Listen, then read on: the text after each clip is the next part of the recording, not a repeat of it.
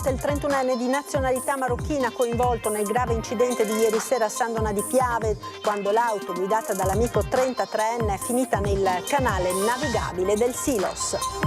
Resta grave la 17enne caduta per 6 metri ieri pomeriggio dopo essersi introdotta con un altro minorenne in uno stabile abbandonato all'Arsenale di Venezia, un'area in balia del degrado.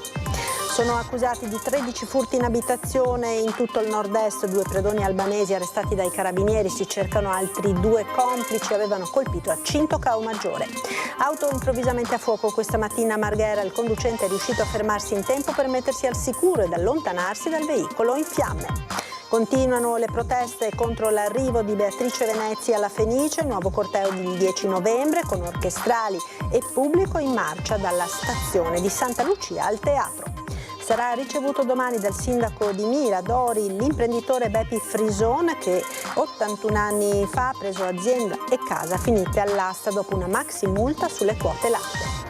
Informazioni aggiornate e georeferenziate per guidare visitatori alla scoperta di Mestre con uno sguardo nuovo e l'obiettivo del progetto Mestre City Map presentato alla Torre Civica. Ben ritrovati con l'edizione di Venezia dei nostri telegiornali, la cronaca in primo piano con l'auto nel canale a San Donà di Piave, morto dopo alcune ore il 31enne rimasto coinvolto nell'incidente verificatosi ieri sera poco dopo le 21. Non ce l'ha fatta, è deceduto nella notte Oussama Mansour, il 31enne di nazionalità marocchina coinvolto nel grave incidente avvenuto a San Donà di Piave, quando l'auto guidata dall'amico 33enne del posto è finita nel canale navigabile del Silos. L'auto proveniva da via Brusade, all'angolo con via Canale Navigabile. Per qualche ragione ha svoltato a sinistra, anche se la strada è transennata, precipitando nel canale. La dinamica però è al vaglio dei carabinieri che sono intervenuti sul posto. Il 33enne alla guida è riuscito a mettersi in salvo da solo e insieme ad alcuni residenti ha tentato di liberare Oussama, rimasto intrappolato nell'abitacolo.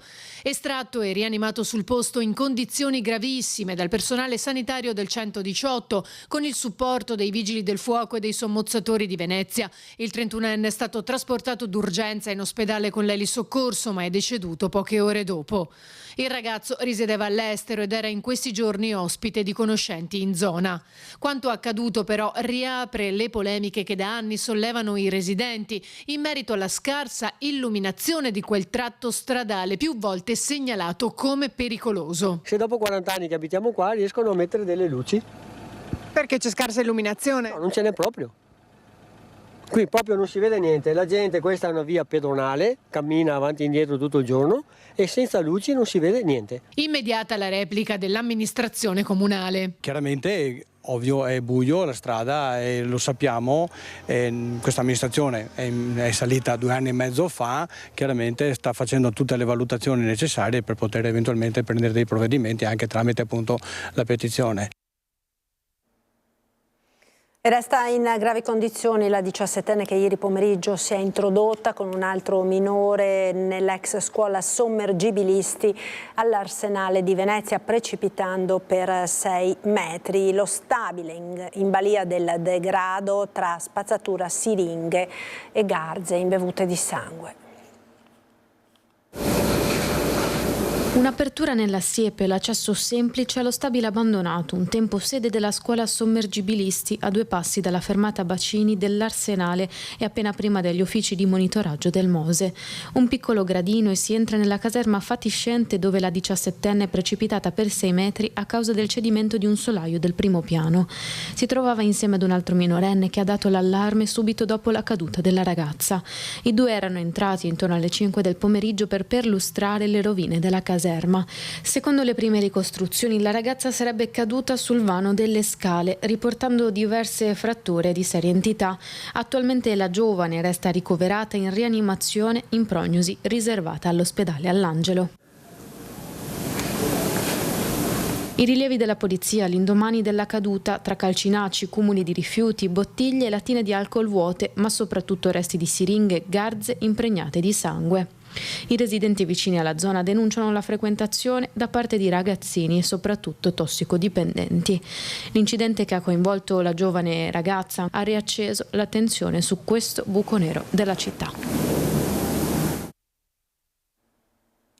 4 persone accusate di 13 furti in abitazione tra Veneto, Friuli e Lombardia è il risultato dell'indagine dei carabinieri di Pordenone, che ha portato all'arresto di 2 persone alla ricerca di altri 2 complici ancora in fuga. Un'auto sportiva bianca che sfreccia a tutta velocità dopo un furto in casa. È da questa immagine che è partita l'indagine dei carabinieri del nucleo investigativo di Pordenone, che hanno dato esecuzione a un'ordinanza di custodia cautelare nei confronti di 4 cittadini albanesi accusati di furti in abitazione, ricettazione, riciclaggio e resistenza a pubblico ufficiale. 2 di loro sono già stati raggiunti dal provvedimento, un 24enne già detenuto nel carcere di Lodi per altri furti e un 31enne domiciliari a Tradate in provincia di Varese, poi trasferito nel carcere di Varese. Gli altri 2 complici invece sono ancora ricercati sul territorio nazionale. L'indagine, coordinata dalla Procura della Repubblica di Pordenone, è nata dopo un furto avvenuto a San Vito al Tagliamento nel settembre del 2023. In quell'occasione alcuni testimoni avevano notato una Mercedes AMG bianca allontanarsi a forte velocità. Da quel dettaglio i militari hanno ricostruito il percorso dei malviventi, scoprendo che il gruppo, senza fissa dimora, si muoveva tra il nord-est e la Lombardia, utilizzando auto rubate e targhe contraffatte. Tra febbraio e marzo del 2023 la banda avrebbe messo a segno 13 furti in abitazione, 9 riusciti e 4 tentati, tra le province di Pordenone, Udine, Venezia, Bergamo e Cremona. Raggiungeva zone residenziali, villette, ville isolate in orario pomeridiano e serale col primo buio. Lì l'autista rimaneva in macchina, in collegamento però con radio walkie-talkie con la squadra che scendeva a commettere i furti, che erano di solito gli altri 2 o 3 componenti del gruppo. In pochi secondi forzavano porte o finestre, portavano via denaro, gioielli, orologi, borse griffate e persino i salvadanai dei bambini. Ai 4 viene contestata anche la resistenza pubblico ufficiale per aver forzato un posto di blocco dei carabinieri a Crema e dato vita a una fuga ad alta velocità, mettendo in pericolo i militari e gli automobilisti di passaggio.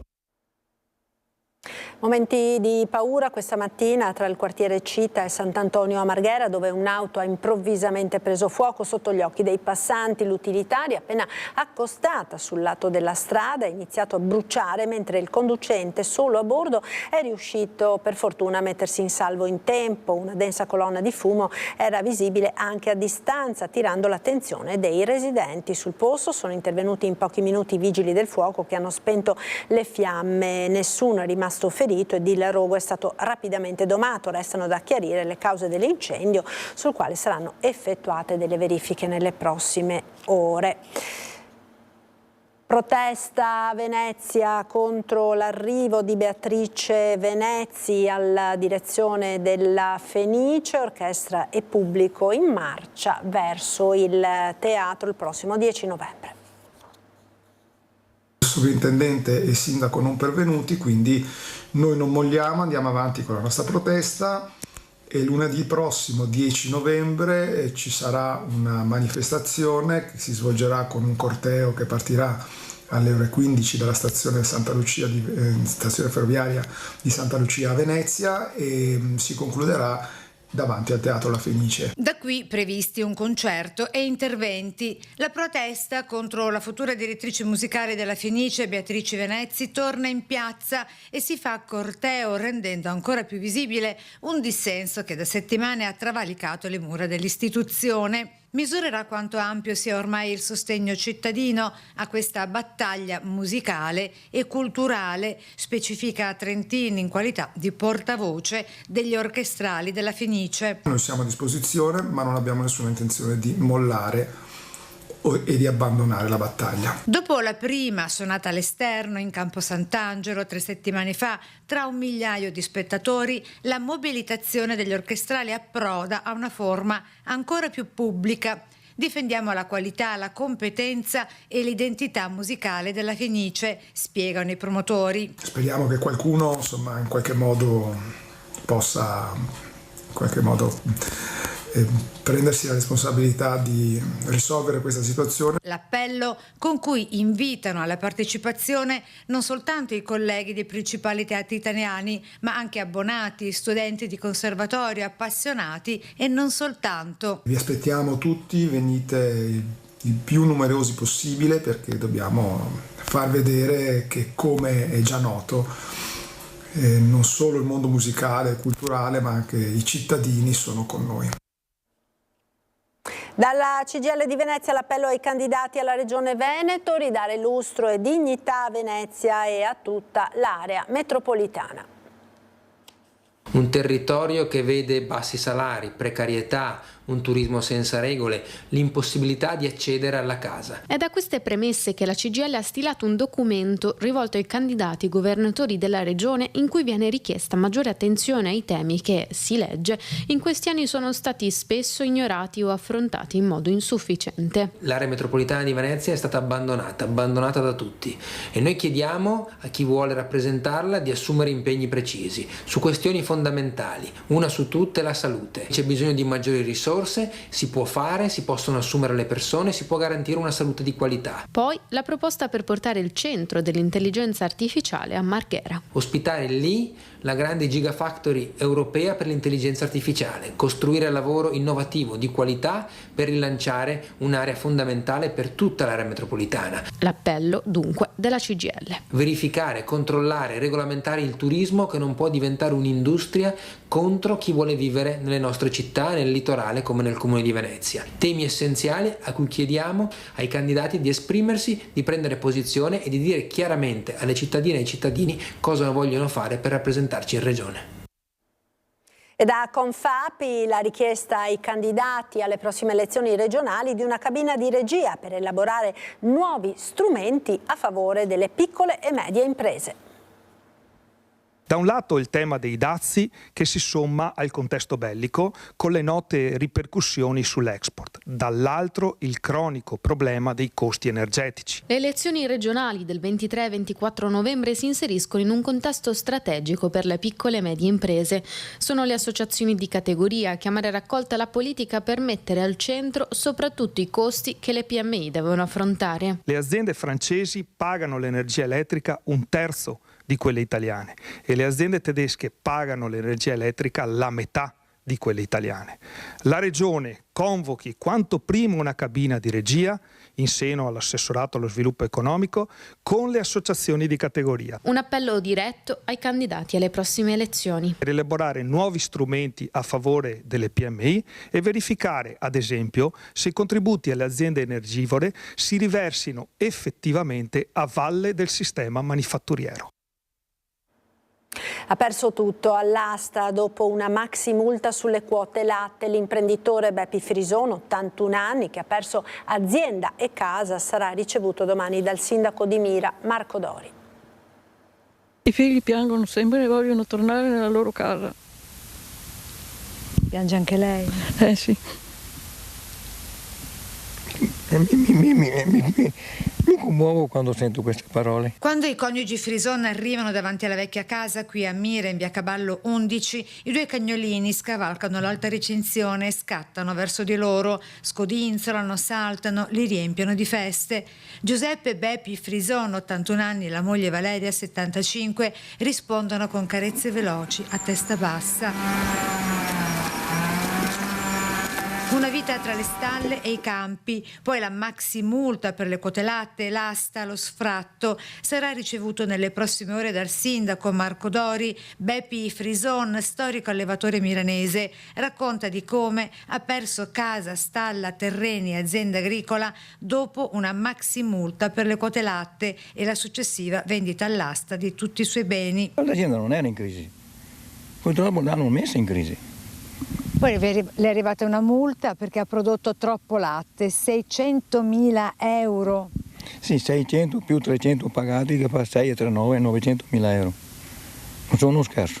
300 pagati, inutilmente pagati, quindi mi torneranno indietro, che li voglio indietro, che sono miei quei soldi lì. Parla a raffica, poi cala il silenzio e negli occhi dell'81enne tornano le lacrime di chi non ha più un posto da chiamare casa. accanto Valeria, la moglie, provata e spenta, guarda quei cani rimasti nella loro ex abitazione e sussurra: non avrei mai pensato di finire così. Mi racconti un po', signora, cosa facevate insieme quando eravate qui?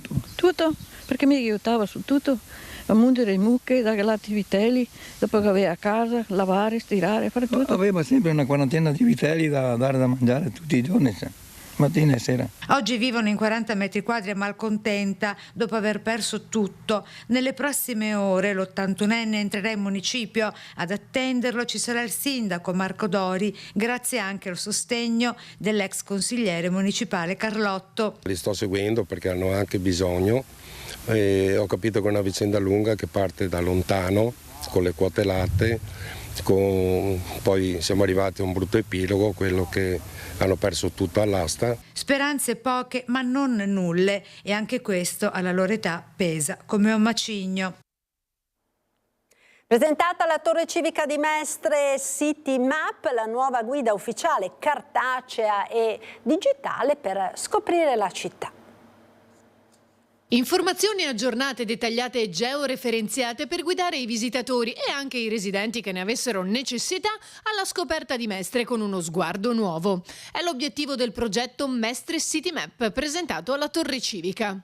Un nuovo strumento a disposizione dei cittadini della nostra provincia, della nostra regione e dei visitatori che pernottano a Mestre e visitano la città di Venezia. È uno strumento importante perché racconta in una piccola mappa molto agevole da leggere camminando tutti i siti di interesse della nostra città e del centro di Mestre, con un particolare riferimento alla parte storica, alla parte culturale, ai parchi e agli spazi verdi. È uno strumento che era molto richiesto da parte degli operatori del turismo anche della nostra città, dagli operatori culturali, perché molto spesso i visitatori chiedono una mappa, un posto per sapere cosa fare in centro città. L'iniziativa è promossa dal Comune nell'ambito del progetto Venezia e la sua laguna, gestione e valorizzazione dei flussi turistici, finanziata dal Ministero del Turismo in collaborazione con Vela SPA e Proloco di Mestre.